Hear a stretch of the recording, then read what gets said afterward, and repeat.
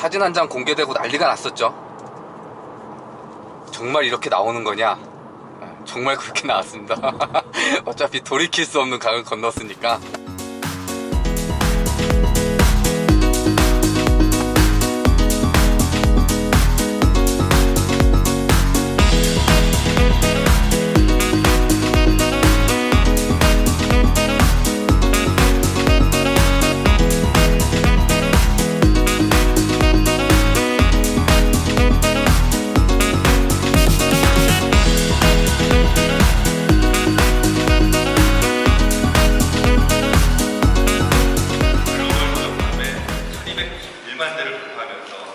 아반떼는 명실상부한 공중형 시장의 중거 모델이자 차격을 선택하는 브랜드로서 굳건히 자리 잡아왔습니다.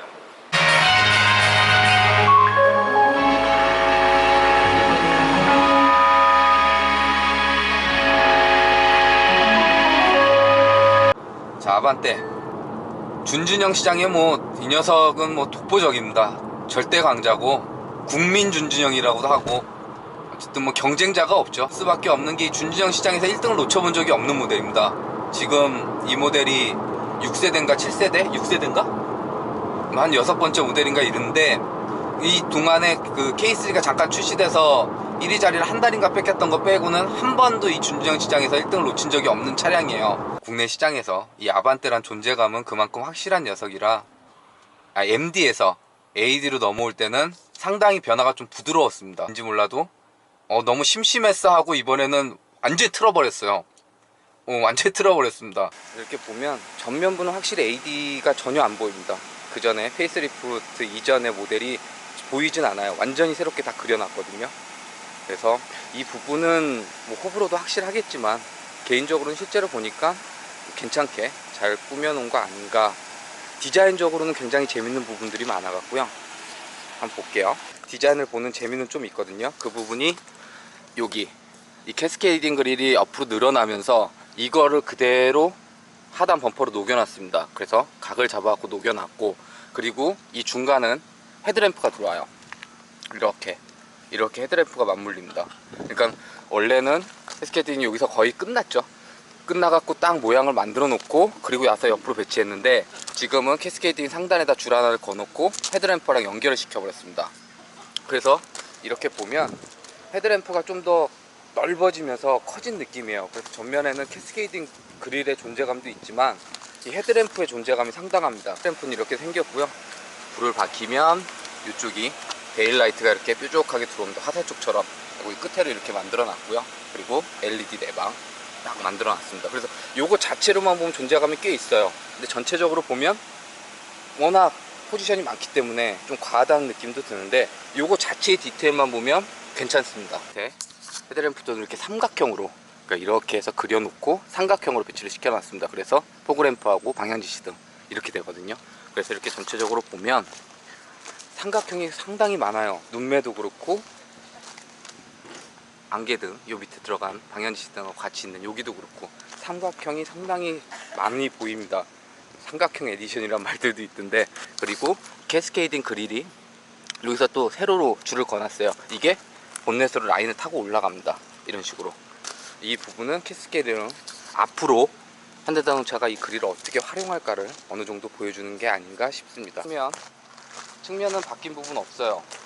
바뀐 부분이 어차피 페이스리프트 모델이니까 안전 변경 모델이 아니고 부분 변경 모델이기 때문에 측면 쪽에서는 바뀐 부분이 없는데, 한 가지가 여기 휠을 디자인을 새롭게 해줬습니다. 가장 손쉽게 할 수 있는 부분이기 때문에 이렇게 했는데, 디자인은 괜찮네요. 후면부는 여기도 AD 때는 똑같았죠. 이만큼 들어간 사이드 쪽으로 테일램프가 이어지는 형태는 괜찮아서 이렇게 돼갖고 여기까지는 수정이 없습니다. 수정을 안 해도 되는데, 이제 건들 수 있는 가장 좋은 부분이 여기 트렁크가 되겠죠. 트렁크 부분 해서 여기서 한번 끊고 그리고 나서 쭉 연결을 해놨습니다. 그래서 전체적으로 보면 보이시죠? 소나타죠. 소나타 뉴리아이즈, 소나타의 페이스리프트 모델이었던 뉴리아이즈가 연상이 되도록 합니다. 그게 가장 기대된 이유가 이 번호판이 있던 부분이 범퍼 쪽으로 내려갔어요. 이렇게 보듯이. 그래서 예전에는 요 테일램프하고 테일램프 사이에 이 번호판 자체가 디자인이었습니다. 여기다 뭔가 그릴 수는 없었죠.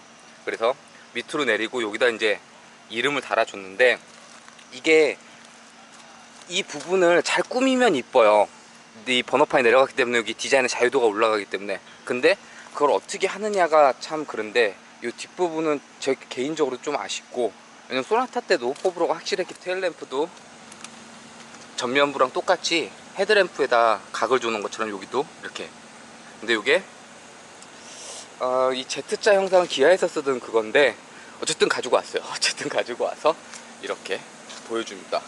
근데 이게 소나타보다는 차폭이 좀 작기 때문에 이 빈 공간을 형성하는 데 있어 갖고 조금 더 괜찮기는 해요. 더 날렵해 보이고 그런 부분은 있는데, 어쨌든 호불호도 확실할 것 같고, 저 개인적으로는 전면부에 비해서는 후면부가 조금 아쉽다는 느낌은 듭니다. 그리고 여기 보면 이렇게 누르면 트렁크가 이렇게 열리게 되어 있는 이 부분도 소나타랑 동일합니다. 여기 엠블럼 이쪽에 하시면 되고, 여기는 이제 후방 카메라 이렇게 배열이 되어 있고요. 다음 실내 한번 봐볼게요. 페이스리프트 버전의 아반떼는 실내는 이렇습니다. 자, 뭐 기존하고 외형적으로는 좀 전면부로 확 바꿨는데, 실내는 기존 베이스를 합니다. 기존 베이스를 하고요. 그리고 우선 눈에 띄는 부분이 이 공조기 부분이겠죠. 공조기 부분을 이렇게 디자인을 좀 바꿔줬습니다. 실버로 이렇게 해서 좀 소재도 달리 해주고 디자인을 좀 다르게 해줘서 이 부분이 그렇고, 그리고 여기 계기판 쪽 여기 좀 그래픽을 새롭게 한 것 같고요. 그 다음에 휠, 핸들, 요거는 그 i30, 그 다음에 아이오닉, 그 다음에 아반떼 스포츠 그때 썼던 핸들 같은데, 그때는 이게 밑둥이 잘렸죠, D컷이라고. 근데 요거는 이렇게 해서 만들어 놨고요. 그리고 또 하나가 요 에어벤트 쪽, 에어벤트 쪽에 이렇게 실버에서 그래픽을 다르게 넣어준 요 정도가 지금 눈에 보이고요. 그 다음에 뭐 무선 충전이나 그런 것들이 추가는 됐는데, 저는 전체적으로 실내는 이렇게 바뀌었다고 보시면 될 것 같습니다. 요 부분에도 이렇게 좀 포인트를 주고, 요 카본 무늬를, 실제 카본은 아닙니다, 무늬를 해서 그 아반떼 스포츠에 사용했던 그런 식으로 해갖고 이렇게 꾸며준 요 부분들도 좀 바뀐 부분 같네요. 파워트레인은 그 K3, 신형 K3에 들어갔던 파워트레인이 그대로 들어갔어요. GDI 그 전에 1.6 1600cc 가솔린 엔진을 대신해서 MPI 엔진을 품었고요. 변속기는 무단 변속기입니다. 뭐 IVT라고 하는데 그냥 무단 CVT예요. 거기다가 토크 컨버터를 붙여갖고 이렇게 지금처럼 변속하는 듯한 그런 느낌을 주는 그런 변속기입니다. 이 파워트레인이 가진 가장 큰 장점, 그리고 내세우는 거는 효율성입니다. 효율성. 첫 번째도 효율성이고 두 번째도 효율성이고. 그래서 뭐 이전 GDI 엔진에 비해서 마력도 좀 내려가고 토크도 좀 내려가고 했지만, 이게 지금 123마력, 그리고 토크는 최대 한 16.7 뭐 이렇게 알고 있습니다. 뭐 수치상으로도 나와 있지만, 뭐 이렇게 탄력 받고 가고 일상 탈 때는 크게 불편함은 없어요. 근데 급가속을 해야 되거나 뭐 이렇게 언덕이 좀 있는 그런 데를 오를 때는 좀 버거워하는 건 있습니다, 확실히. 이번 처음 요거 신차 발표회 통해서 발표한 트림은 3개입니다. 가솔린, 지금 이거 타고 있는 가솔린 하나랑, 그 다음에 디젤 1.6인가 1.7인가 아반떼 들어가는 게 1.6 디젤 엔진 하나 있고요. 그 다음에 LPI 게스, 네, 이렇게 3가지 트림이고요. 아반떼 스포츠는 올해 말 중에 다시 공개를 한다고 합니다. 정해진 코스에 짧은 시간을 시승하는 거라 차후에 장기 시승을 할 거기 때문에 그때 돼서 더 디테일한 거를 말씀드리고요. 짧게나마 느껴보자면 이 핸들링 반응이 상당히 묵직합니다. 그냥 컴포트에서도 상당히 묵직하고요. 이걸 스포츠 모드로 변경을 하면 꽤 묵직하게 돌아갑니다. 이 느낌이 K3 때도 핸들 참 무거워졌다 이렇게 느꼈었는데, 상당히 괜찮은 것 같아요. 이 핸들 느낌은. 하체 세팅도 아반떼가 그렇잖아요. 이런 차 적당한, 어느 정도의 적당한 크기에, 그리고 가격대를 고려했을 때 별로 불만 나지 않는 그런 상품 구성. 그러니까 뭐 잘 팔린다고 좋은 차는 아니지만, 확실히 잘 팔리는 데는 그만큼 이유가 있기 때문에 많은 소비자를 만족시켰다는 그런 부분에서 아반떼는 그런 경쟁력을 갖고 있어서, 그런 부분에 있어서는 더 괜찮은 경쟁력을 보여주는 게 아닌가. 왜냐면 연비나 실 위주의 주행을 하시는 분들은 이 모델을 선택하면 되고, 그게 아니신 분들은 또 아반떼 스포츠도 있고 디젤 모델도 있고 하기 때문에, 제가 이 트림은 K3 때도 타보고 이렇게 파워트레인 타보면 참 괜찮은 것 같아요. 어떻게 보면 기존 그냥 1.6 GDI 엔진 해놓은 것보다 아반떼한테는 이 파워트레인이 더 잘 어울리는 것 같기도 하고, 괜찮습니다. 파워트레인은 크게 뭐 불만사항은 없습니다. 차급을 고려하고 가격을 고려하고 한다면. 이제 갔다 왔다 연비를 한번 보려고 했는데요, 누가 리셋을 시켜버렸습니다. 그래서 이제 도착해서 얼마 나오는지 다시 제가 리셋했거든요. 그래서 뭐 가는 거리는 한 66km 정도 되니까요. 네, 가서 연비 어느 정도 나오는지, 뭐 연비 위주로 아니고 그냥 평상시 운전하는 대로 갈 거니까요. 한번 보여드릴게요. 고속도로 이렇게 주행을 하면은 제일 먼저 좀 그런 게 노면 소음이 조금 있어요. 풍절음은 그런 대로 좀 괜찮은데 타이어 영향이 클 겁니다. 그래서 노면 소음이 좀 있고, 그거 외에는 상당히 파워트레인도 그렇고 정숙한 편이어서 그런 부분에서는 상당히 좀 괜찮아졌다 라고 보입니다. 편의사양 중에는 일반 크루즈 컨트롤이었거든요, 가장 기본. 근데 드디어 이제 스마트 크루즈가 들어갔습니다. 해서 이렇게 앞차와 거리를 계산을 해서 가는 그 기능이 들어가서 좀 더 많이 편해졌죠. 장거리 운전하고 할 때는. 도심 주행도 그렇고, 드디어 준준형에서도 K3 때도 스마트 크루즈였습니다. 이제 다 스마트 크루즈를 기본적으로, 물론 옵션 추가금을 내고 옵션을 추가해야 되는 거긴 하지만, 또 선택을 아예 못했던 거와 선택을 할 수 있는 거와는 또 차이가 크기 때문에 아반떼에 스마트 크루즈가 들어갔고, 이 차선 이렇게 툭툭 쳐주는 엘카스도 들어가 있습니다.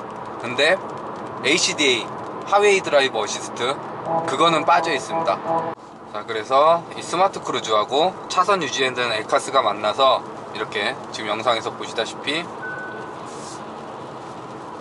가속 페달이나 브레이크 페달 전혀 안 밟고 있고요. 핸들도 지금 놓고 가고 있거든요. 고속도로 위입니다. 이렇게 아반떼도 이제 이런 기능들을 누릴 수 있게 됐습니다. 대신 이게 HDA나 뭐 그런 것처럼 이렇게 중앙차로 추종은 아니에요.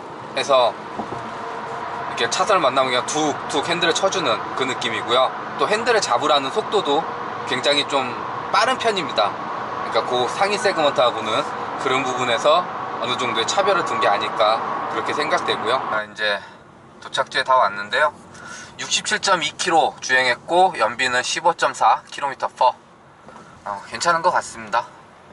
그때도 K3 탈 때도 그렇지만 연비 잘 뽑아요. 얘.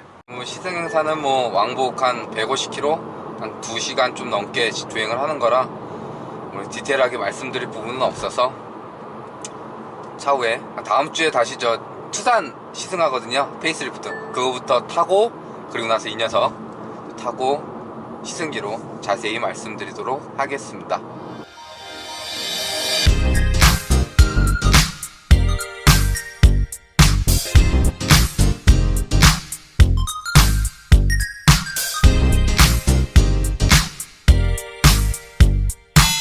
네, 안녕하세요. 개그맨 양정근입니다. 우리 또 자동차 전문 TV, 레알 TV 여러분들 많이 시청하고 계신데, 더욱더 재미있는 소식이 많이 있으니까 여러분들 레알 TV 많이 시청 부탁드립니다. 레알 TV 많이 사랑해 주세요. 안녕하세요 시청자 여러분, 저는 레이싱 모델 한소울입니다. 저희 레드 RPM 레알 TV 많이 시청해 주세요.